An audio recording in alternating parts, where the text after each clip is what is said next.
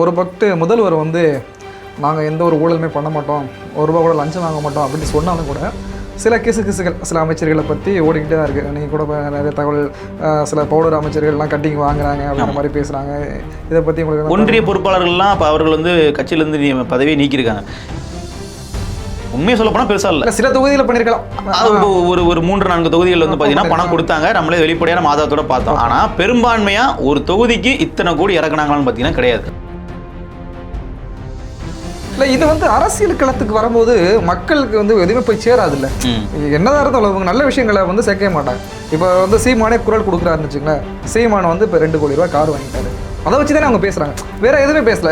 சீமான் வந்து எல்லா பிரச்சனையும் குரல் கொடுக்குறாரு அப்படின்னு நம்ம மக்கள்கிட்ட போய் சொல்லும் போது என்ன பண்ணுறாங்க, ஒரு சின்ன விஷயத்தை தூக்கி அதை போட்டு அதை மறைச்சிடறாங்க. அப்படி சொன்னால் கூட சரிங்க, நம்ம ஒரு விளக்கம் கொடுக்கலாம். அவர்கள் நம்மளால் விளக்கமே கொடுக்க முடியாத மாதிரி ஒரு விஷயம் எடுத்துருவாங்க. என்ன அப்படின்னா, காவிரியில் தண்ணீர் திறந்துருக்கணும், ஏன் இன்னும் திறக்கல, நீங்கள் ஏன் பேசுனீங்களா, கோரிக்கை வச்சிக்கலாம் அப்படின்னு நம்ம கேட்டாலும் கூட சட்டமன்றத்தில் கீழே பார்த்தீங்கன்னு வச்சுக்கோங்க, அதுதான் அந்த கருத்தை பார்க்கும்போதே நம்மளுக்கு என்ன உங்ககிட்ட நாங்கள் பேசணுமா அப்படிங்கிற மாதிரி.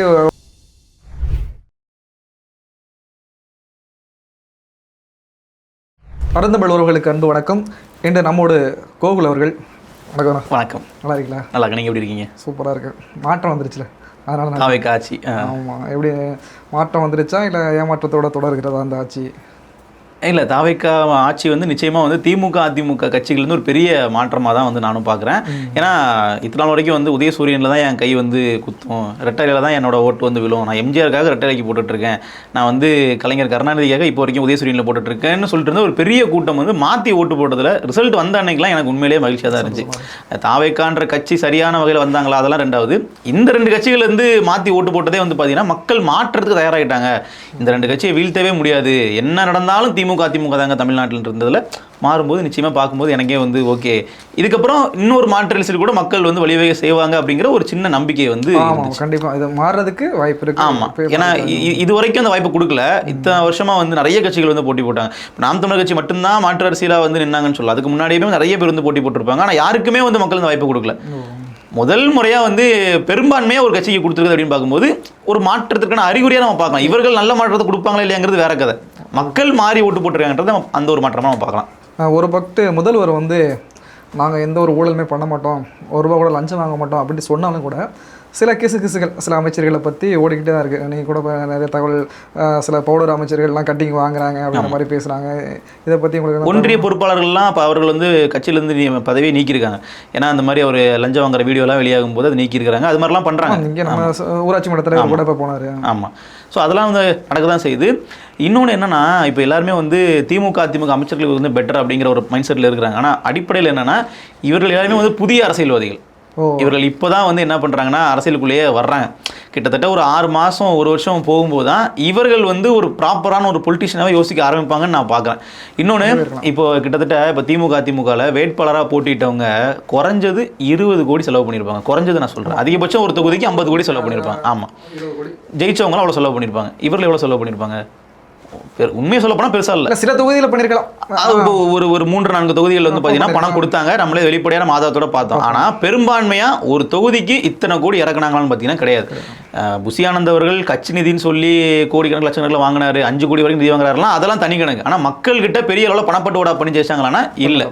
அப்போ அவர்கள் வந்த உடனே அவர்களுக்கு என்ன அர்ஜென்சி இருக்குது, வந்த உடனே நாங்கள் வந்து கொள்ளையடிக்கணுங்கிற தேவை அவர்களுக்கு இப்போதைக்கு இல்லை. இவர்கள் நாளைக்கு வந்து ஒரு ட்ரெடிஷனல் பொலிட்டிஷனாக மாறுவாங்க. இன்னும் கிட்டத்தட்ட வந்து பார்த்தீங்கன்னா இப்படி எல்லாம் சம்பாதிக்க முடியுமாங்கிற விஷயங்கள் நுணுக்கங்கள் தெரியும் போது அதிகாரிகள் ரூட்டு போட்டு கொடுத்தாங்கன்னா இதுக்கப்புறம் அதனால தான் நம்ம சொல்கிறோம், இதுக்கு நம்ம பொறுத்திருந்து நம்ம பார்க்கணும்னு சொல்கிறோம். ஏன்னா இன்றைக்கு வந்த உடனே வந்து திமுக அதிமுக அமைச்சர்கள் அளவுக்கு ஊழல் பண்ணலன்னா இவர்கள் இப்போ தான் முதல் முறை எம்எல்ஏ, முதல் முறை அமைச்சர். அப்போ எடுத்த உடனே வந்து பழைய அமைச்சர்கள் மாதிரி வந்து பார்த்தீங்கன்னா தொழிலை கற்றுக்கிறதுக்கு ஒரு டைம் வந்து தேவைப்படுதுன்னு நான் நினைக்கிறேன். அதனால பொறுத்திருந்து நம்ம அதை வந்து பார்க்கலாம். நான் மக்களை நோக்கி தான் அந்த அரசியல் இருக்குன்னு நான் எதிர்பார்க்குறேன். ஏன்னா அந்த அரசியல் வந்து மக்களுக்கான நலனா இருக்கணும் அப்படின்னு நினைக்கிறோம். அப்படி நினைக்கும் போது அமைச்சர்களோட சில செயல்பாடுகள்லாம் வந்து நம்மளுக்கு, இப்போ மீனவர் அமைச்சர் இருக்காரு, அவர் போகும்போது பார்த்தீங்கன்னா மீனவர்கள் வந்து தடுத்து எங்களுக்கு வந்து கோரிக்கை சில விஷயங்களை பண்ணி கொடுங்க, ஆந்திரா கடற்படை வந்து எங்களோட படகுலாம் வந்து எடுத்துகிட்டு போயிட்டாங்க, அதை வாங்கி கொடுங்க அப்படின்னு சொல்லும்போது எனக்கு வெயில் தாங்க முடியல, நான் போகிறேன் அப்படிங்கிறாரு. இல்லை அதுதான் இப்போ அவர் வந்து அமைச்சர் ஸ்ரீநாத் அவர்கள் வந்து சமீபத்தில் பட்டினப்பாக்கத்தில் பேசும்போது கூட நான்லாம் சினிமா ஷூட்டிங் முடிச்சுட்டு நான் இங்கே தான் இருப்பேன், எனக்கு பட்டினப்பாக்க மக்கள் வந்து ரொம்ப எனக்கு தெரிஞ்சவங்க, நான் இங்கே தான் இருப்பேன். அவங்க எல்லாத்தையுமே ஒரு சினிமா ஷூட்டிங் மாதிரி தான் அவங்க பார்க்குறாங்கன்றதுல நமக்கு மாற்றுக்கிறதே கிடையாது. இப்போது நீங்கள் அதே ஸ்ரீநாத் அவர்கள் தூத்துக்குடி தொகுதியில் வந்து போட்டிடுறதுக்கு முன்னாடி அந்த மக்களுக்காக சில போராட்டங்களில் கலந்துக்கிட்டாரு, அந்த மக்களுக்காக சில முன்னெடுப்புகள் எடுத்துருக்கிறாரு, அவர்கள் கூட களத்தில் நின்றுருக்காரு அப்படின்னா இன்னைக்கு அவருக்கு அது புதுசாக தெரியாது. அவங்க வேலை செஞ்ச களம் வேற. எனக்கு விஜய் அவர்கள் ரொம்ப நெருங்கிய நண்பர், சினிமாவில் என் கூட நடிச்சிருக்கிறாரு, நான் அவர் கூட வேட்டைக்காரன் படத்தில் வந்து நடிச்சிருக்கேன். இப்படிப்பட்ட காரணங்களுக்காக ஒரு நபருக்கு சீட்டு கொடுக்குறாங்க அப்படின்னா அவர் நாளைக்கு எம்எல்ஏவை அமைச்சராக அப்படின்னா இப்படிப்பட்ட மாற்றம் தான் கிடைக்கும். நான் என்ன சொல்கிறேன் அப்படின்னா ஒரு பெரிய ஊழல்வாதின்னு சொல்ல வரல, அவர் சரியான ஒரு போராளின்னு நீங்கள் நினச்சதுன்றது உங்கள் தப்பு. மீனவர்கள் கேட்குறாங்க, ஏன் அவர் எங்கள் கூட நிற்க மாட்டாரா, எங்கள் ஆளுங்க அவர் எங்கள் அமைச்சருங்கன்னு கேட்குறாங்க. எங்கள் சமுதாயம் தானே நீங்கள் போட்டீங்க, எங்களுக்கு என்ன போட்டீங்க அப்படின்னு கேட்குறாங்கல்ல. ஆமாம், அதுதான் சொல்கிறேன். நீங்கள் சமுதாயன்றதுக்காகவே போட்டால் உங்கள் கூடவே அவர் வந்து வேலை பார்க்கல, உங்கள் கூடவே வந்து ஒரு போராட்ட களத்தில் நிக்கல. இப்ப மீனவர்களுக்கு எவ்வளவு பிரச்சனைகள், போராட்டத்துக்குலாம் வரணும், எங்களோட வழிகளை நீங்க தெரிஞ்சுக்கங்கன்னு தான் சொல்றாங்க. அதுல கூட வரைக்கும் வெயில் தாங்க முடியல, நான் போறேன். வேட்பாளரா சீட்டு கொடுக்கறதுக்கு முன்னாடி இதெல்லாம் அவங்க பண்ணிருக்குன்னு சொல்ல வரேன். இவர் வந்து நம்ம கூட நிப்பாரான்றதை அப்ப பாத்துருக்கணும். ஜெயிக்க வச்சதுக்கு அப்புறம் இவர் கூட பாத்தீங்கன்னா நம்மளுக்கு இப்பதான் வந்தாரு, நம்மளுக்கு கூட தேர்தல் களத்துக்கு தான் வந்தாரு, நம்மளுக்கு நேரா தேர்தலுக்கு வந்துட்டாரு. ஆனா இன்னொருத்தவங்க பாத்தீங்கன்னா நேரா சிவகாசி மண்ணிலே இறங்கி இவ்வளவு பிரச்சனைகள் இருக்கு, நான் வந்தா இந்த பிரச்சனைகள்லாம் தீர்த்துருவேன், உங்களோட பட்டாசு ஆலைகளோடு நடக்கிற எல்லா பிரச்சனைகளையும் தீர்த்துருவேன்னு சொல்லிட்டு முதலீடுகளை நான் கொண்டு வந்து வேண்டும். முதலிடத்துல ஒரு 6000 கோடி முதலீடுல சிக்கிட்டாங்க. அப்புறம் பார்த்தா அவங்க சில பிரச்சனைகளை சிக்கிறாங்க. அவங்களோட செயல்பாடுகள் இப்போ எப்படி இருக்குது, அவங்க ஏதோ கட்சியை விட்டு அந்த இப்போதையும் அமைச்சர் பதவி வந்து அவருக்கு பறிக்கிற மாதிரிலாம் செய்திகள்லாம் வருது. நம்ம அதை பொறுத்திருந்து பார்க்கணும். கீர்த்தனா அவர்களை சொல்றீங்க, அதாவது விருதையின் மகள் கீர்த்தனா அப்படிங்கிறது அவங்களோட ஐடியாவோட பேரு. யாருமே நினச்சி பார்க்கலங்க இவங்களுக்கு சீட்டு கொடுப்பாங்க, இவங்க ஜெயிப்பாங்கன்னு நினச்சி பார்க்கல. ஜெயிச்ச உடனே அமைச்சர் பதவி கொடுப்பாங்கன்னு நினைக்கல. அதுவும் ஒரு முக்கியமான அமைச்சரவை, தொழில்துறை அமைச்சர் அவங்க போடுவாங்கன்னு யாருமே எதிர்பார்க்கல. நான் என்ன கெஸ் பண்ணுறேன்னா, இவங்க ஏற்கனவே பிஆர் டீமில் தான் வேலை பார்த்துட்டு வராங்க. ஒருவேளை வாய்ஸ் ஆஃப் காமனோட இவங்க டைப்ல இருந்து தனியாக அவங்களை இறக்கி விட்டு அதுக்கப்புறம் அவங்க கொண்டு வந்திருக்கலாம் அப்படிங்கிற ஒரு கிளியரான ஸ்கெட்ச் தான். ஏன்னா இவங்க கூட ஒரு அறிக்கையில சொல்றாங்க, நான் மற்றவங்க மாதிரி பிஆர் டீம் வச்சு பண்ணலன்னு நம்புற மாதிரி இருக்கு. இல்ல இல்ல, அதெல்லாம் கிளியரா வந்து பாத்தீங்கன்னா ஒரு நாளைக்கு 2 ரீல்ஸ் அப்படிங்கிற மாதிரி வச்சு பக்காவா வந்து ரீல்ஸ் பாலிட்டிக்ஸ் தான் பண்ணாங்க. தேர்தலுக்கு முன்னாடி அதான் பண்ணிட்டு இருந்தாங்க. அது எப்பவுமே நீங்க ஒரு பொது இமேஜா ஒருத்தங்களை பார்க்கும்போது, இப்போ அவங்க தாவைக்கால சேரலன்னு வச்சுக்கோங்களேன், அவங்க நார்மலா இந்த மாதிரி வீடியோ போட்டு இருக்காங்கன்னா மக்களுக்கு கண்டிப்பா ஒரு நல்ல பார்வை தான் இருந்திருக்கும். எந்த அளவுக்கு வந்து மக்களுக்காக வீடியோ போடுறாங்க, பொண்ணு இறங்கி விருதுநகர் மக்களுக்காக குரல் கொடுக்குறாங்கன்ற ஒரு பார்வை இருந்திருக்கும். ஆனால் இவங்க இதெல்லாம் பண்ணது கட்சியில் சீட்டு வாங்குறதுக்குன்னு நமக்கு தெரியும் போது தான், ஓ அப்போ இதெல்லாம் பக்காவான ஸ்கெட்ச் போலங்கிற ஒரு புரிதல் மக்களுக்கு வருது. திருப்பி அதுக்கப்புறமா இப்போ வந்து அவங்க அமைச்சர் ஆகிட்டாங்க. அமைச்சர் ஆனதுக்கப்புறமா வந்து பார்த்தீங்கன்னா பத்திரிகையாளர் சந்திப்பிலே வந்து அவர்கள் நீங்கள் வேணா பேசுறீங்களா ராயல் என்ஃபீல்டு கம்பெனி கிட்டன்னு சொல்லி பத்திரிகையாளரே வந்து அப்படி கேள்வி கேட்கறதால பெரிய விமர்சனம் ஆச்சு இல்லையா. ஸோ இது வரைக்கும் வந்து ஒரு பெரிய லெவலில் அந்த தொழில் துறையில் ஒரு பெரிய முன்னேற்றம் வந்திருக்கு அப்படின்னு பார்த்தீங்கன்னா இல்லை. ஆனால் அதுவும் ஒரு 2 மாத காலங்கள் ஆச்சுங்க, நீங்கள் ஒரு 6 மாத காலம் டைம் கொடுங்க அப்படிங்கிற மாதிரி அவர்கள் கேட்பாங்க. அதனாலே ஒரு பெரிய லெவலில் இப்போ என்ன பண்ண முடியலன்னா தாவேக்காவை நோக்கி யாராலையுமே ஒரு அழுத்தமா ஒரு சில விமர்சனங்களை வைக்க முடியல. ஏன்னா அவர்கள் வந்து ரொம்ப சாஃப்டான ஒரு காரணம் இருக்கிறாங்க. எங்களை கேள்வி கேட்காதீங்க. நம்ம படிக்கும்போது கூட லிசன் லேர்ன் அப்படின்னு தான் போவோம். முதல்ல நம்ம அதை லிசன் பண்ணுவோம், அடுத்து லேர்ன் பண்ணுவோம், அப்போ தான் அந்த எக்ஸாம் எழுத போவோம். இந்த அரசியலே அப்படியே நம்ம உற்று நோக்கும், இந்த அரசியல் கட்டமைப்பு எப்படி இருக்கும், அரசு கட்டமைப்பு எப்படி இருக்கும் அப்படிலாம் சேர்ந்து நம்ம எல்லாம் பார்த்துட்டு தான் இந்த அரசியலுக்குள்ள வரணும்னு ஒரு ஆசை வரும்.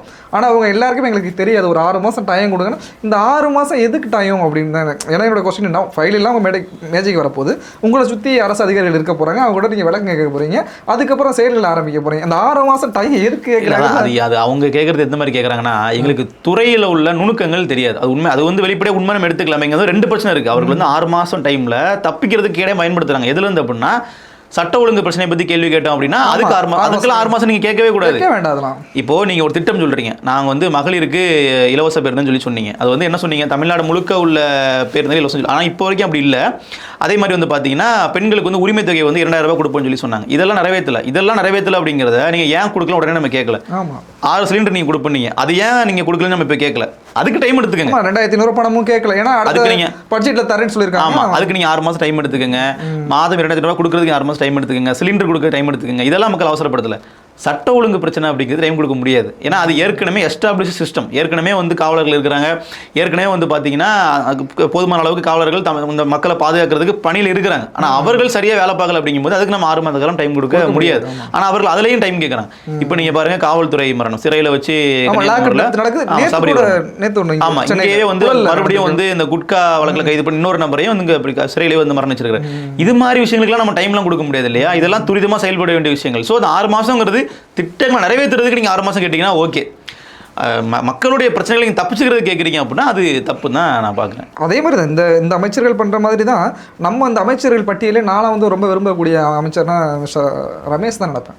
ஏன்னா அவர் வந்து எளிய பின்புலம் பிடிப்பாங்க, ஒரு சமுதாயத்தை சார்ந்தவராக தான், ஒரு எளிய பின்புலத்துலேருந்து வந்தவர், அம்மா அப்பெல்லாம் கஷ்டப்படுறவங்க அப்படின்னு வந்தால் கூட இந்த பரணி பிரச்சனைகளை பார்த்தீங்கன்னா கிட்டத்தட்ட ஒரு 100 ஏக்கர் இடத்த வந்து பத்திரம் பண்ணியிருக்காங்க. இது வந்து அவருக்கு தெரியாமல் நடந்திருக்காது அப்படிங்கிற ஒரு முறைகேடுல வரும்போது டக்குன்னு பார்த்தீங்கன்னா அவங்க வந்து இந்த கருத்து சுதந்திரத்தை வந்து பறிக்கிற மாதிரி சில அது ரொம்ப மோசமான விஷயம். இப்போ அது எனக்கே வந்து என்ன எனக்கு என்ன பயமா இருக்கு, நம்ம கேள்வி கேட்கக்கூடாது. நேற்று கூட விஜயன் உங்களுக்கு தெரியும், அவருடைய கைபேசி எல்லாம் வந்து எடுத்துட்டாங்க, பெரிய பெரிய பிரச்சனை நடந்தது. புதிய தலைமுறை செய்தியாளர் அவர் என்னன்னா இது ரொம்ப வந்து மோசமான போகு. நீங்க நல்லா பார்த்தீங்கன்னா கடந்த அதிமுக ஆட்சி காலத்துக்கும் திமுகவுக்கும் ஒரு மிகப்பெரிய டிஃபரன்ஸாக இருந்த விஷயமே பார்த்தீங்கன்னா இந்த ஒடுக்குமுறை தான். ஒரே ஒரு சம்பவம் தான் முதல்ல தமிழ்நாடு முழுக்க பேசப்பட்டுச்சு. தகுதியுள்ள பெண்களுக்கு மட்டுமே நாங்கள் உரிமை தொகை கொடுப்போம்னு அறிவிச்சதை ஒரு கவுண்டமணி காமெடியில் போட்டு you are selected you are rejected அப்படின்னு போட்டாங்க. அதுக்கு வந்து கைது பண்ணாங்க. இதுக்கெல்லாம் கைது பண்ணுவாங்களா அப்படின்னு மக்களை யோசிக்க வச்சு அந்த திமுக அணுகுமுறை தான். அதுக்கப்புறமா தொடர்ச்சியாக கைது பண்ணாலும் பரவாயில்ல, வெளியே வந்துருவாங்கன்னு குண்டாஸ் ட்விட்டரில் வந்து ட்வீட் போடுறவங்க, ஃபேஸ்புக்கில் போஸ்ட் போடுறவங்க மேலாம் குண்டாஸ் போட கலாச்சாரத்தை ஆரம்பிச்சது திமுக தான். உங்களுக்கு டேட்டா தெரியுமா, இந்தியாவிலே வந்து போடப்படக்கூடிய குண்டாசுகளில் 50 விழுக்காடு தமிழ்நாட்டில் தான் போடுறாங்க. அவன் ஃபேக்காக இருக்கும். அது எல்லாமே வந்து போலியான குண்டாசாகவும் போடுறாங்க. அது எல்லாமே வந்து இந்த வழக்குகளுக்கெல்லாம் குண்டாஸ் வந்து பொருந்தாது, ஆனாலும் இவர்கள் வந்து போட்டுருவாங்க. நீங்கள் வந்து போர்டில் போய் உடச்சிருங்க போட்டு நம்ம உள்ளே போய் ஒரு 3 மாதம் 6 மாதம் இருந்துட்டு நம்ம வாழ்வாதாரத்தை இழந்துட்டு வெளியே வரும்போது எவ்வளோ கஷ்டமாக இருக்கும். அதுதான் அவங்களோட திட்டமே, அதுதான் நான் சொல்ல வரேன். நீங்கள் குண்டாஸ் போட்டீங்க அதே தானே தாவேக தொடர்ந்து ஏன் அப்படி பண்ணுறாங்கன்னு தான் நம்மளுக்கு பயமாக இருக்குது. அடுத்து அதை விட மோசமாக பண்ணுறாங்க. நீங்கள் ஒரு பொதுமக்கள் பார்வையில் ஒரு சாமானியன் திட்டுறான், அன்னைக்கு ஒரு ஊடகமற்றவர் வந்து திட்டாரு அப்படின்னு அவர் கைது பண்ணுறாங்க. ஒரு பத்திரிகையாளர் வந்து நீ கேள்வி கேட்கக்கூடாது, என்னை கேட்கக்கூடாது, உனக்கு அங்கே தொடர்பு இங்கே இருக்க தொடர்பு இருக்குமா அப்படிங்கிற மாதிரி குரல்களை நெருக்கிறாங்களே, அது கருத்து சுதந்திரத்துக்கு எதிராக நிச்சயமா அது ரொம்ப தப்பு. இது இன்னும் நீங்க யோசிச்சு பாருங்களேன், அவதூறு பரப்புறாங்க, நீங்க போலி செய்தி பரப்புறீங்க அப்படிங்கிற காரணத்தை முன்னோப்பாங்க. போலீஸ் என்ன சும்மா அரெஸ்ட் பண்றாங்க, நீங்க வந்து நேர்மையா இல்லை, நீங்க நேர்மையான பத்திரிகையாளர்கள் சொல்லி குற்றச்சாட்டுவாங்க. நம்ம என்ன கேட்குறோம்னா தாவேக்காவுக்கு ஆதரவாக ஐடிக்கு லட்சக்கணக்கில் இருக்கு. அவர்கள் வந்து பரப்பக்கூடிய ஃபேக் நியூஸை ஒரு ஃபேக்டரி போட்டு நம்ம மாற்றலாம். பங்களாதேஷ், நேபாள் எல்லாத்துல இருந்து ஒரு ஃபேக் ஐடிஸ் வந்து பண்டலா வந்து வச்சுக்கிட்டு அவர்கள் பரப்பக்கூடிய அவதூறு நீங்க பாத்தீங்க அப்படின்னா லிட்டரலி வந்து பாத்தீங்கன்னா இப்போ சீமான் அவர்கள் வந்து ஸ்டாலின் கிட்ட காசு வாங்குற மாதிரி ஒரு போட்டோ ரெடி பண்ணி ஒரு போட்டோ, அது ஏஐன்றது பாதி பேருக்கு தெரியாது. அது வந்து ஒரு ஃபேக் நியூஸ் தான் அவங்க பரப்புவாங்க. தேர்தல் காலத்துல முதற்கொண்டு அதை அவங்க பயன்படுத்தினாங்க. சரிங்களா, எக்கச்சக்கமா சொல்லிக்கிட்டே போகலாம். தேர்தல் காலத்தில் திடீர்னு பாத்தீங்கன்னா நாம் தமிழ் கட்சி நிர்வாகியோட ஆஃபீஸ்ல போயிட்டு நாங்கள் வந்து பணத்தை நாங்கள் எடுத்தோம் அப்படி போலீஸ் அவர்கள் போடுற மாதிரி ஒரு போஸ்ட் போடுவாங்க. செய்தியா தான் இருக்கும். அது வந்து ஒரு உண்மை செய்தியா இருக்காது, ஒரு போலியான செய்தி ஏஐல வந்து போட்டோ ஜெனரேட் பண்ணி போடுவாங்க. இவர்கள் மேல யார் நடவடிக்கை எடுக்கல? ஒன்றும் இல்லைங்க. ரஜினிகாந்த் எடுத்துக்க, அவர் வந்து இன்னைக்கு வந்து ரஜினிகாந்துக்கு RIPன்னு போட்டு ஒரு போஸ்ட் போட்டு ட்ரெண்ட் பண்ணிட்டு இருப்பாங்க ட்விட்டர்ல. ஆமா, அதெல்லாம் வந்து லட்சக்கணக்கான ஃபாலோவர்ஸ் உள்ள ஐடியா இருக்கும். அது வந்து ஃபேக் ஐடியா தான் இருக்கும். ஆனால் இருந்தாலும் அது தாவேக்கு ஆதரவோட ஐடியா இருக்கும். ஏன் அவங்க மேலாம் கேஸ் நீங்க ஃபைலே பண்ண மாட்டேங்கிறீங்க? அப்ப இவங்க பண்றது தப்புனா இவங்க பண்றது தப்பு தானே. அதுதான் பிரச்சனை. அதை எடுக்க மாட்டாங்க. சட்டங்கிறது எல்லாருக்கும் ஒரே மாதிரி இருக்காது. இது திமுக ஆட்சி காலத்தையும் பொருந்தும். அந்த 100 கோடி அந்த மதிப்புள்ள அந்த சொத்தை அவங்க என்ன சொல்றாங்க, அவர் என்ன சொல்றாருன்னா நம்ம என்ன சொல்லுவோம், அதை குற்றச்சாட்டு அவர் நடந்துருச்சுன்னு சொல்லி சொல்லுவோம். ஆமா, தவறு. 100 கோடிங்கிறது எவ்வளவு பெரிய மதிப்பு, அதை வந்து தவறு அப்படின்னு கொண்டு போகும்போது ஒரு சந்தேகம் எழுகுது. கண்டிப்பா அதுதான் அவர்கள். இப்போ நீங்க அந்த அமைச்சரை பத்தி நம்ம ஒன்று சொல்ல வேண்டியதா இருக்கு. என்னன்னா நீங்க சொல்ற மாதிரி வந்து ஒரு எளிய பின்புலம் அப்படிங்கிற மாதிரி ஒரு பார்வை தான் இருந்துச்சு. ஆனா அவரை பத்தி சில தகவல் நமக்கு தெரியும் போது என்னன்னா, தெரி படத்தை 4 தடவை பார்த்துருக்கேன் அப்படின்னு சொல்லி ஒரு போஸ்ட் போட்டிருக்கேன் ட்விட்டர்ல. அது பழைய போஸ்ட். என்ன சொல்ல வரோம் அப்படின்னா லிட்டரலி அதுக்காக இப்போ ஒரு குற்றம் சாட்டல. என்ன சொல்ல வரோம் அப்படின்னா இவர்கள் எங்க இருந்து வர்றாங்கன்றதை நீங்க பார்க்கணும். இப்போ அவர்கள் வந்து ஒரு மக்கள் போராட்டத்தில் கலந்துக்கிட்டு அவர்களுக்காக அரசியல் பண்ணிக்கிட்டு அப்படி ஒரு 10 வருஷம் அவர்கள் பயணிக்கல. விஜய் அவர்களுக்கு சேவை பண்ணணும், விஜய் அவர்களுக்கு படம் ஓடணும், திரைப்படத்தை 4 தடவை தியேட்டரில் பார்த்தேன், எனக்கு இன்னும் சலிக்கல அப்படின்னு ட்வீட் போட்ட ஒருத்தர் தான் இன்றைக்கு இந்து சமய அறநிலையத்துறை அமைச்சர். அதே மாதிரி நீங்க பாத்தீங்கன்னா விஜய் அவர்களுடைய படத்தை சிகரெட் பிடிக்கிற மாதிரி ஒரு படத்தை கையில டாட்டோ குத்திக்கிட்டு இன்னைக்கு வந்து அமைச்சராக அவங்களுமே காத்திருப்பு பட்டியல தான் இருப்பாங்க. அப்ப நான் என்ன சொல்ல, அமைச்சர் நீங்க கொடுத்துருக்கீங்களா, கொடுத்ததுக்கான காரணம் என்ன? அப்போ விஜய் அவர்களுக்கு நாங்க தொண்டு பண்ணோம் அப்படின்னா, விஜய் அவர்கள் நாங்க புகழ்ந்து பேசணும் அப்படின்னா நம்ம பதவி கிடைக்கும்ன்ற மைண்ட் செட் தான். அவர்களுக்கு வந்து நம்ம வந்து மக்களுக்கு நல்லது பண்ணா நமக்கு உயர்ந்த போஸ்ட் கிடைக்கும்ன்ற மைண்ட் செட்ல அவர்கள் யாரும் ஆள் போடலைங்கிற. இப்பெல்லாம் நீங்க பாத்துருந்தாங்கன்னா பாடநூல் கழக தலைவராக வந்து லயோலா மணி அவர்கள் வந்து நியமிச்சிருக்க மாட்டாங்க இல்லையா? சோ அது என்னன்னா விஜய்க்கு ரொம்ப விசுவாசமானவங்க தான். எல்லாரும் தெரிஞ்சு வச்சிருக்காங்களோ விஜயை நம்ம வந்து இப்படி குளிர்விச்சா அப்படி கிடைச்சிரும். அது வெளிப்படையானதுதான். அது வந்து எப்படின்னா படம் ஓடணும். இப்போ நீங்க பாருங்களேன், இப்போ நேற்றைக்கு வரைக்கும் எனக்கு நீங்க சொல்ற எனக்கு வந்து ஏற்கனவே வந்து விஜயோட அப்பா சொல்லியிருப்பாரு, சந்திரசேகர் சொல்லும் போது கூட சொல்லியிருப்பாரு, ஒரு டீம் வச்சுட்டு ஓசி ஆனந்த் கூட ஒரு டீம் வச்சுட்டு இது மாதிரி பண்ணுவாங்க. ஒரு 100 ட்வீட்டை வந்து பூஸ்டப் பண்ணி அவர்கிட்ட கூட விஜய்கிட்ட சேர்ப்பாங்க, நல்லா இருக்குன்னு சொல்லி சேர்ப்பாங்க. அதே மைண்ட் செட்டில் வளர்ந்துருப்பாரோ, அரசியலை அப்படி தான் பார்ப்பாரோ. அப்படி அவங்க வந்து நீங்கள் விஜயோட படம் ஓடணும், அந்த படம் ஓடணும், அதை வச்சு நம்ம ஒரு கெயின் பார்க்கணுங்கிறதுனால ஒரு பெரிய கூட்டத்தை இத்தனை நாள் கட்டமைச்சு வச்சிருந்தாங்க. அது வந்து இன்னைக்கு அரசியல் அவங்க பயன்படுத்திக்கிட்டாங்க. அது வந்து யாருக்குமே ஒர்க் அவுட் ஆகாது. ஒரு ஃபார்ச்சுனேட்லி அவங்களுக்கு, அன்ஃபார்ச்சுனேட்லி நமக்குன்னு பார்த்தீங்கன்னா நடந்துருச்சு. அவ்வளோதான் நம்ம சொல்ல முடியுமே தவிர பெருசாக அவ்வளோ கருத்து சொல்கிறது இல்லை. என்னன்னா அந்த டீமை பயன்படுத்திக்கிட்டாங்க. அந்த டீம் இப்போ வரைக்கும் ஆக்டிவாக தான் இருக்கிறாங்க. நான் சொல்ல வரேன், நீங்கள் என்னதான் விஜய்க்கு எதிராக ஒரு செய்தியை நீங்கள் வந்து வெளியே கொண்டு வந்தாலும் அதை நீர்த்து போக செய்யறதுக்கு அவங்களோட ஒரு பெரிய டீமே இருக்கு. அந்த மாதிரி தான் அவங்க எதையுமே பண்ணுறாங்க அப்படிங்கிற நான். நீங்கள் எந்த ஒரு இல்லை, இது வந்து அரசியல் களத்துக்கு வரும்போது மக்களுக்கு வந்து எதுவுமே போய் சேராது இல்லை. என்னதான் இருந்தாலும் அவங்க நல்ல விஷயங்களை வந்து சேர்க்கவே மாட்டாங்க. இப்போ வந்து சீமானே குரல் கொடுக்குறாருன்னு வச்சுங்களேன். சீமான் வந்து இப்போ 2 கோடி ரூபாய் கார் வாங்கிட்டாரு. அதை வச்சு தானே அவங்க பேசுகிறாங்க, வேற எதுவுமே பேசல. சீமான் வந்து எல்லா பிரச்சனைகளுக்காக குரல் கொடுக்குறாரு அப்படின்னு நம்ம மக்கள்கிட்ட போய் சொல்லும் போது என்ன பண்ணுறாங்க, ஒரு சின்ன விஷயத்தை தூக்கி வந்து போட்டு அதை மறைச்சிடறாங்க. அப்படி சொன்னால் கூட சரிங்க, நம்ம ஒரு விளக்கம் கொடுக்கலாம். அவர்கள் நம்மளால் விளக்கமே கொடுக்க முடியாத மாதிரி ஒரு விமர்சனம் எடுத்துருவாங்க. என்ன அப்படின்னா, நீங்கள் தோத்துட்டீங்க, ஜீரோ, நீங்கள் ஜெயிச்சுட்டு பேசுங்க, நீங்கள் வந்து சட்டமன்றத்தில் வந்து பேசுங்க. இன்னைக்கு நேற்று கூட ஒருத்தர் பேசுகிறாரு, தாவேக்கு ஆதரவாளர் தான், இப்போ ஒரு பொறுப்பில் இருக்காரு. 15 வருஷமா ஒரே இடத்துல இருந்து அதுக்கு பேர் பெணம்னு சொல்லி ஒரு சேட்டலைட் மீடியால பேசுறாரு. ஒரு கட்சி விமர்சனம் பண்றதுக்கு 1000 காரணங்கள் நீங்க எடுக்கலாம். அதுக்கு முன்னாடி எங்க இருந்தாரு, இப்போ எங்க வந்துட்டாரு, இதுக்கு முன்னாடி அவர் எங்க இருந்தாரு? இதுக்கு முன்னாடி இதே நாம் தமிழர் கட்சியை புகழ்ந்து பேசின வீடியோவும் இருக்கு. நான் என்ன சொல்ல வரேன் அப்படின்னா, இதை வந்து எப்படி வந்து வெகுஜன மக்கள் ஏத்துக்கிறாங்க, இல்ல இது எப்படி ஒரு மீடியா அனுமதிக்கு நமக்கு புரியல. அவர்கள் அங்கே கண்டிக்கணும் இல்லையா? எங்க வெற்றி தோல்வியை பத்தி பேசுறதுக்கு இடம் இது கிடையாது. இது வந்து ஒரு தேர்தல் வியூகம் சார்ந்த விவாதமே கிடையாது, மக்கள் நலன் சார்ந்த விவாதம். அங்க போயிட்டு நீங்க ஒரு கட்சி தோத்துருச்சு, நீங்க ஸ்டாலின் அவர்கள் மேலே எவ்வளவு விமர்சனங்கள் இருக்கலாம்.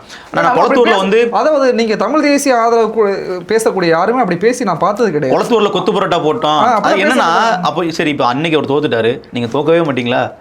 அப்போ வெற்றி பெறுறது மட்டும்தான் ஒருத்தவங்களோட இலக்கா? அது அப்படி கிடையாது சொல்ல போனாது. அப்போ என்னன்னா, எல்லாத்தையுமே வெற்றி தோல்வியாவே அவர்கள் பார்க்குறாங்க. ஜெயிக்கணும் ஜெயிக்கணும் ஜெயிக்கணும், ஜெயிச்சு என்ன பண்ண போறோம் அதெல்லாம் எங்களுக்கு தெரியாது, நாங்கள் ஜெயிக்கணும் அப்படிங்கிற மைண்ட் செட் தான் கிட்டத்தட்ட. அதுதான் இன்னைக்கு வந்து அவர்கள் வந்து பார்த்தீங்கன்னா இந்த இடத்துக்கு கொண்டு வந்து நிப்பாட்டி இருக்கு. நீங்க ஜெயிச்ச உடனே வந்து பார்த்தீங்கன்னா தலகால் புரியே மாடுவன்னு சொல்லுவாங்க இல்லையா? இன்னைக்கு ஸ்டாலின் அவர்கள் இவ்வளவு மோசமா வந்து பேசுறது. ஸ்டாலின் அவர்கள் முன்னாள் முதலமைச்சர் அப்படிங்கிறதுனால சிஎம் விஜய் அவர்கள் இன்னைக்கு பேசுறாரு. சீமான் அவர்கள் வந்து பார்த்தீங்கன்னா கட்சியோட எல்லாருமே சொல்லக்கூடிய விமர்சனம் அப்படிங்கிறது, இவர் வந்து ஊழல் பண்ணிட்டாருங்கிற விமர்சனம் வைக்க முடியாது. இவர் வந்து மக்கள் பணத்தை ஏமாத்தி அதிகாரத்துக்கு வரல, ஆமா, அது சொல்லவும் முடியாது. இல்ல இவர் மேல ஒரு குற்ற வழக்குகள்லாம் இருக்கு அப்படின்னு எதுவுமே கிடையாது. தோத்துட்டீங்க, ஜெயிச்சுட்டு வந்து பேசுங்க. நீங்க என்ன விமர்சனம் வைங்க, தாவேக்கா மேல ஏதாவது ஒரு விமர்சனம் வச்சு ஒரு பதிவு விடுங்க, ஏதாச்சும் ஒரு பேட்டி கொடுங்க, கீழே வந்து போடுவாங்க, ஜெயிச்சுட்டு பேசுங்க. நீங்க ஜெயிக்காதவங்களாம் பேசக்கூடாது. உங்களை மாதிரி டெபாசிட் வாங்க முடியாது, நான் பேச முடியாது. டெபாசிட் வாங்கிட்டு எல்லா கருத்துக்குமே நம்ம இப்போ கேட்குறோம், காவிரியில தண்ணீர் திறந்துருக்கணும், ஏன் இன்னும் திறக்கல, நீங்க ஏன் பேசுனீங்களா, கோரிக்கை வச்சிங்களா அப்படின்னு நம்ம கேட்டாலும் கூட ஜெயிச்ச சட்டமன்றத்தில் கீழே பார்த்தீங்கன்னு வச்சுக்கோங்க, அதுதான் அந்த கருத்தை பார்க்கும் போதே நம்மளுக்கு என்ன உங்ககிட்ட நாங்கள் பேசணுமா அப்படிங்கிற மாதிரி. அப்போ என்னன்னா, நாங்கள் வந்து ஜெயிச்சிட்டோம், நாங்கள் என்ன வேணாலும் பண்ணோம், நாங்கள் பண்ணுறதா சரி அப்படிங்கிற மாதிரி. இன்னொன்று என்னன்னா, தாவேக்காவுக்கு திமுகவை அட்டாக் பண்ணுறது ரொம்ப ஈஸி. அவர்களுக்கு வந்து பார்த்தீங்கன்னா திமுக வந்து ஒரு ஈஸியான டார்கெட். ஏன்னா திமுகவால் டிஃபெண்ட் பண்ணிக்கவே முடியாது. அவங்க பண்ணது ஃபுல்லாக தப்பு. நீங்கள் தராசு அளவில் வச்சு நீங்கள் எடுத்து பார்த்தீங்க அப்படின்னா, திமுக பண்ண ஊழல்ங்கிறது எங்கேயோ இருக்கு. தாவேக்கா வந்து இப்போ தான் அதுக்கு புதுசாக இருக்கிறாங்க. அப்போ அவர்களால் ஈஸியாக டேக்கிள் பண்ண முடியும். ஆனால் தாவேக்கா என்டிகே கூட மோத ஆரம்பிச்சாங்க அப்படின்னா நிற்க முடியாது. ஏன்னா உங்களை விட ரொம்ப தூய்மையான அரசியல்வாதிகள், உங்களை விட அதிக ஆண்டுகள் மக்கள் பணிக்கு அர்ப்பணிச்சுக்கிட்டவங்க இங்கே இருக்கிறாங்க. அப்போ என்னன்னா, இங்கே நான் தொட மாட்டேன், திமுக வடிக்கிறேன், நீ குறுக்க வந்தால் உடனே நான் திமுக சேர்த்து விட்டுருவேன், நீனும் திமுக ஆள் அப்படின்ற மாதிரி. பங்காளின்னு கடைசி வரை அந்த ஒரு பேச்சு போயிட்டே இருக்கு. ஒன்றும் இல்லைங்க, அதாவது இதை வந்து வெளிப்படையாக பேசணும்னு வச்சுக்கோங்களேன், சிரிப்பாக இருக்கும். திமுக எதிர்ப்பை அறுவடை பண்ணது தாவேக்கா, ஆனால் அதை விதைச்சது சீமான். நீங்கள் வந்து திராவிடம் அப்படிங்கிற ஒரு கருத்தில் நீ கேட்டால், நீ யாருப்பா திராவிடனா தமிழனான்னு கேட்டால், நான் தமிழன்னு சொல்லக்கூடிய அந்த ஒரு மைண்ட் செட்டை வந்து கிரியேட் பண்ணது சீமான். அதை அறுவடை பண்ணிட்டு போனது வேணால் தமிழக வெற்றி கழகமாக இருக்கலாம், விஜயா இருக்கலாம். திராவிட எதிர்ப்பு அப்படிங்கிறத ரொம்ப ஆழமாக பதிய வச்சது திமுக ஒரு ஊழல் சக்தி, திமுக ஒரு ஊழல்வாதி அப்படிங்கிறத மக்கள் மனசில் பதிய வச்சது சீமான். திமுகவோட தோல்விக்கு மறைமுகமா வேலை பார்த்தது சீமான் தான். இப்போ மறைமுகமா இல்ல, நீங்க அப்பையில இருந்து அடிச்சிட்டு வந்தது தாவேக்கா ஜெயிச்சிட்டாங்க. அப்ப அவங்க என்ன நினைச்சிட்டு இருக்காங்கன்னா, நம்ம தான் வந்து திமுக வந்து அழிச்சிட்டோம், திமுக ஒரு தீய சக்தின்னு சொல்றதுனாலே திமுக தோக்கல. அது 4 மேடையில வந்து இவர் திமுக வந்து பேசிட்டு போயிட்டாரு.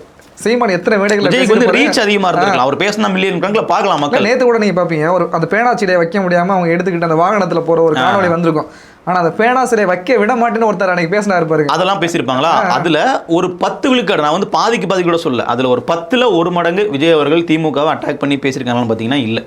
ஆனா விஜய் ரசிகர்கள் பொறுத்தளவுல, தாவேக்கா தொண்டர்கள் பொறுத்தளவுல மனநிலை எப்படி இருக்கும்னா, நம்ம தான் திமுக எதிர்க்கிறோம், சீமான் வந்து திமுக வேலை பார்க்கறாரு. ஒரு கல அரசியல் என்ன எப்படி நினைக்கிறாங்கன்னா, நம்ம மட்டும் தான் சரியா இருக்கும், இவங்க சரியில்லை, அப்ப நம்ம மட்டும் தான் கடைசி வரை இல்ல இருக்க. அவங்களுக்கு கல அரசியலே வெளியே தெரியாதுங்கிறேன். இப்ப நிஜத்துல என்ன நடந்துகிட்டு இல்லை, இப்போ நீங்கள் காவிரி பிரச்சனையை பற்றி நம்ம பேசும்போது கூட அண்ணன் ஒரு விளக்கம் கொடுத்துருப்பாரு. மேடையில் போகிறாரு, அவர் பேசுகிற போது சீமான் ஒரு விளக்கம் சொல்கிறாரு. ஆனால் பார்த்தீங்கன்னு வச்சுக்கோங்களேன், இவங்க வந்து ஒரு இந்த சின்ன வாண்டுகள்லாம் வச்சுக்கிட்டு இவங்க ஒரு விளக்கம் சொல்லுவாங்க. அதாவது நடைமுறைக்கு உள்ள விளக்கத்தையும் இவங்க சம்மந்தமே இருக்காது ஒரு விளக்கம் அதை கொடுப்பாங்க. இவங்க மாநில உரிமைகளை வந்து எப்படி தேசியத்திட்ட சண்டை போடி வாங்குவாங்களாம். ஆனால் இவர் சீமான் வந்து ஒரு அழகான ஒரு விளக்கம் கொடுத்துருப்பாரு. அதை ஏற்றுக்க மாட்டாங்க எல்லா விஷயத்துக்குமே. இப்போ நீங்கள் கெங்கனவள்ளிங்கிற அந்த டேம்ல உங்களுக்கு தெரியும், தண்ணி வந்து நுரையா அந்த கெமிக்கல் கலந்து வந்துகிட்டு இருக்கு. இதை பற்றி நாம் தமிழர் கட்சிக்காரங்க போயிட்டு லைவ் போயிட்டு இடுமோன கார்த்தி போயிருந்தார், எல்லாம் போயிட்டு அங்கேருந்து ஒரு டாக்குமெண்ட்ரி பண்ணி கூட போட்டிருந்தாங்க. அது ஒரு பிரச்சனையை சொல்லுது. ஆனால் தாவை கூட ஒரு சுற்றுச்சூழல் அமைச்சர் அங்கே போகிறார், போகும்போது கேட்குறாங்க செய்தியாளர் சந்திப்பில், இல்லை அப்படின்னா ஒன்றும் பிரச்சனை இல்லை, அது வந்து அந்த தண்ணி வரும்போது மட்டும் அந்த பிரச்சனை இருக்கும், மற்றபடிலாம் ஒன்றும் பிரச்சனை இல்லை அப்படிங்கும்போது கூட தீரன் திருமுருகன் அதை பற்றி எதிர்த்து பேசியிருந்தாரு. இவங்க என்ன நினைக்கிறாங்கன்னா, நீ பேசக்கூடாது, எங்களை நீ பேசாது, அதுதான் சொல்றேன். இப்போ அவங்களுக்கு என்னன்னா, இப்போ நீங்க தேர்தலுக்கு முன்னாடி திமுக தான் எதிரிங்கிறத விஜய் கட்டமைச்சது கூட ஓகே, உங்க ஆளுங்கட்சின்னு சொல்லலாம். நீங்க தான் ஜெயிச்சிட்டீங்களே, பெரும்பான்மை கிட்டத்தட்ட உங்களுக்கு தனிப்பெரும்பான்மை இல்லை தான். ஆனால் ஒரு கட்சியை பார்க்கும்போது திமுகவுக்கும் உங்களுக்கும் பெரிய வித்தியாசம் இருக்கு. நீங்க திமுக விட அதிகப்படியான வாக்குகள் வாங்கி வெற்றி பெற்றீங்க.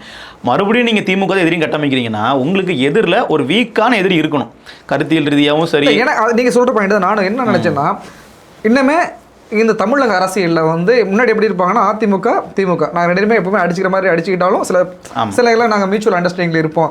அதே மாதிரி இப்போ திமுக தாவேக்கா இருக்குமோ, விரும்புறாங்க.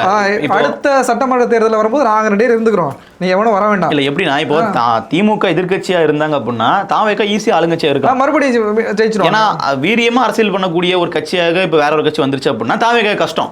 அவர் என்ன பண்றாங்க, திட்டமிட்டபடி திமுக மேல இவ்வளவு ஊழல் குற்றச்சாட்டுகள் இருக்கு, அப்போ அப்படியே வச்சுப்போம், வச்சு நம்ம 5 வருஷம் அரசியல் பண்ணலாம். 5 வருஷம் கழிச்சு எதுவுமே பெருசு தமிழ்நாடு மாறல் மக்கள் கேள்வி கேட்டாங்கன்னா, இன்னொரு 5 வருஷம் கொடுங்க, என்கிட்ட கொடுக்க போறீங்களா, நீங்க திமுக கொடுக்க போறீங்களா? அப்போ திமுக எதிரியா இருக்கிற வரைக்கும் நாம வந்து ஆளுங்கட்சியா இருந்துக்கலாங்கிறதா விஜய் அவர்கள் போடக்கூடிய ஒரு கணக்கு. முழுக்க முழுக்க அரசியல் கணக்கா இருக்கு, அது தப்பா இருக்கு, அதான் நம்ம சொல்ல வேண்டியதா இருக்கு. இல்ல, இந்த அரசியல் கணக்கு அவங்க போட்டாலுமே திமுக ஒரு கணக்கு போடுறாங்க.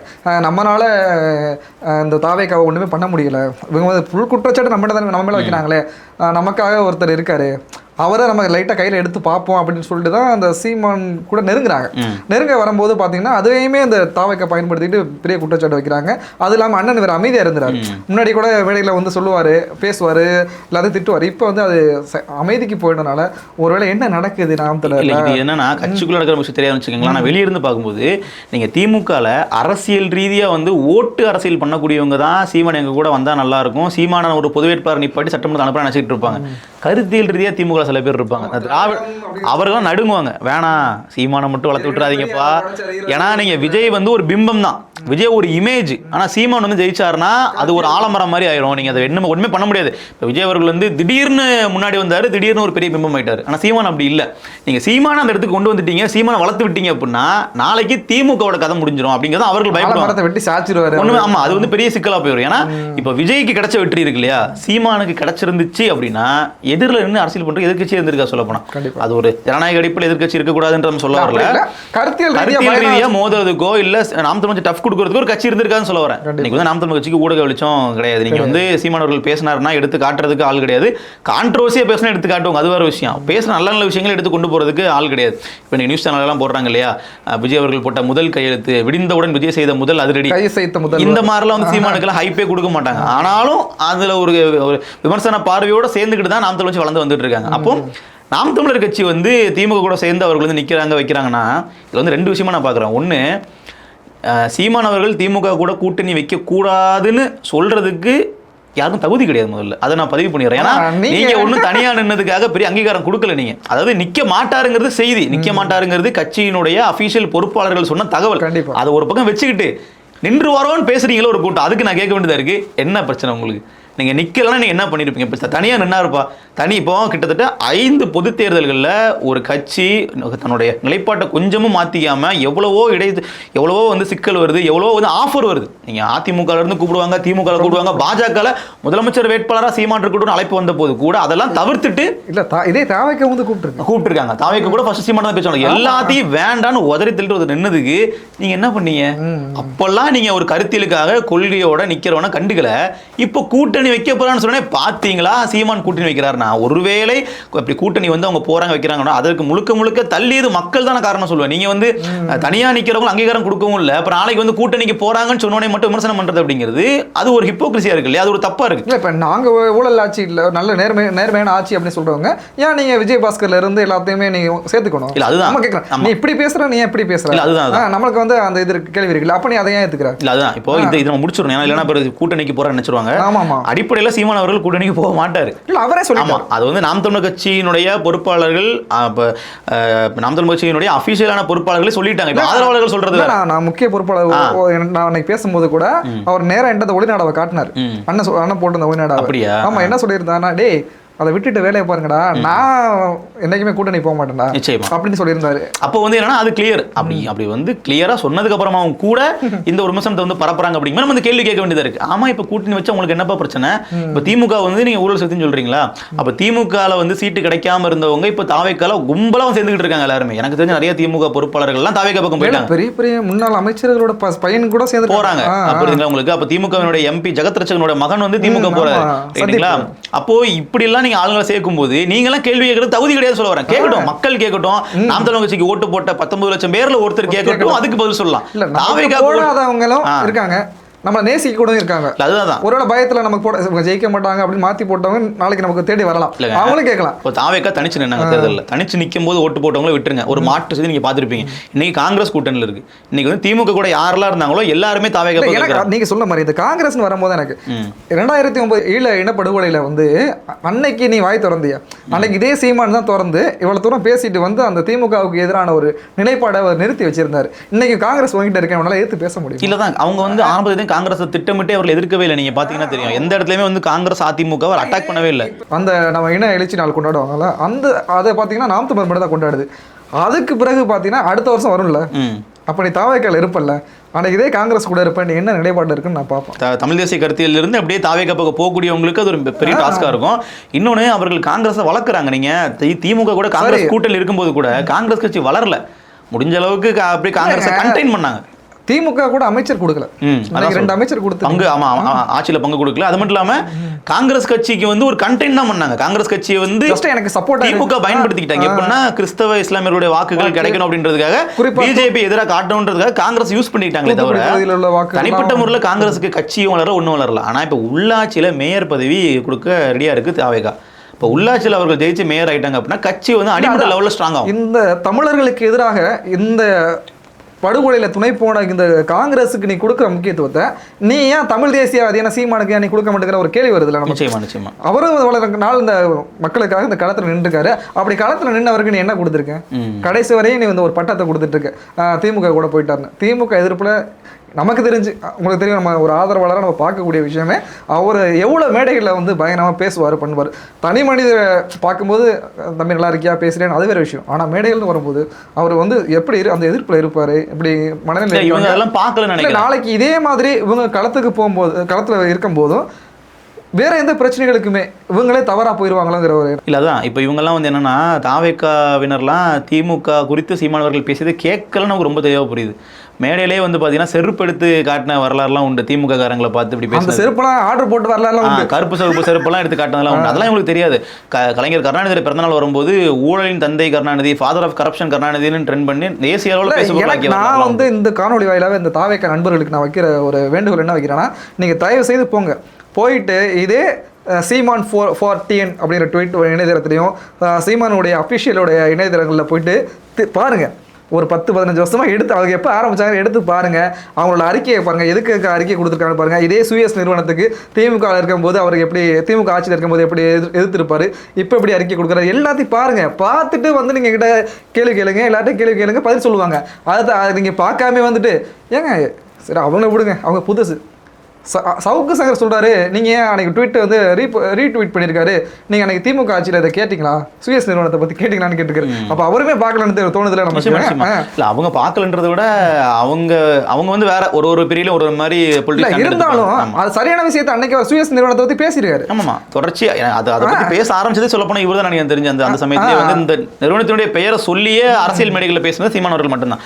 இல்லை இன்னொன்று இப்போ நீங்க சொன்னீங்க இல்லையா, இப்போ சீமான் அவர்கள் வந்து இப்போ கள்ளத்தனம் செய்த கருணாநிதினு பாட்டு பாடி வழக்கு வாங்கிய வரலாறு, துரைமுருகன் உள்ள போறாரு, வழக்கு வாங்கிய வரலாறு. ஆமா, அதுக்கப்புறம் சீமான் பாடி காட்டுறாரு. அதெல்லாம் வந்து சீமானுக்கு இப்போ என்ன வந்து முடிச்ச பண்ணி பாடுறா அப்படின்னு சொல்றாரு. விஜய் என்ன பண்றாருன்னா, எனக்கு கருணாநிதி ஒரு ரோல் மாடல்ங்கிறாரு. செலவைக்கு ரோல் மாடல்னு சொல்ற, அது பழசு செலவைக்கிறது. இப்போ ரோல் மாடல் வந்து என்னன்னா, மேடையில எனக்கு ஸ்டாலினுக்கும் ஒரு சட்டமன்றத்துல கருணாநிதினு பேர் சொல்லிட்டு சாரி கலைஞர் கருணாநிதின்றது தப்பே இல்லைங்க.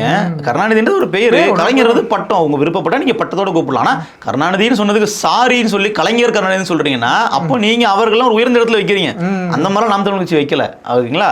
2021 கருப்பு சோப்பு சைக்கிள்ல போயிட்டு உதயசூரியனுக்கு ஓட்டு போட்டது நீங்க தான். இங்க யாரும் ஓட்டு போடல. பகிரங்கமா ஒத்துக்கிட்டது ஆதவர்ஜுனா தான். அப்ப இப்படி எல்லாம் ட்ராக் ரெக்கார்டை வச்சுக்கிட்டு நாம் தமிழர் பார்த்து திமுக டீம்னு சொல்றதுங்கிறது வேடிக்கையான ஒண்ணு. இனி வரும் காலங்களில் எல்லாத்தையும் தகவலாம் நீங்கள் போய் பார்த்துட்டு வந்து பேசுங்க, குற்றச்சாட்டை வைங்க. வருகின்ற அந்த இடைத்தேர்தலில் கூட சீமான் எப்படி நிற்பாரு நிற்காங்கிறது அந்த கட்சி சார்ந்தோட நிலைப்பாடு. போக மாட்டார் அப்படின்னு நாங்களும் நினைக்கிறோம். பார்ப்போம், இனி வரும் காலங்களில் பார்ப்போம். நன்றி, வணக்கம்.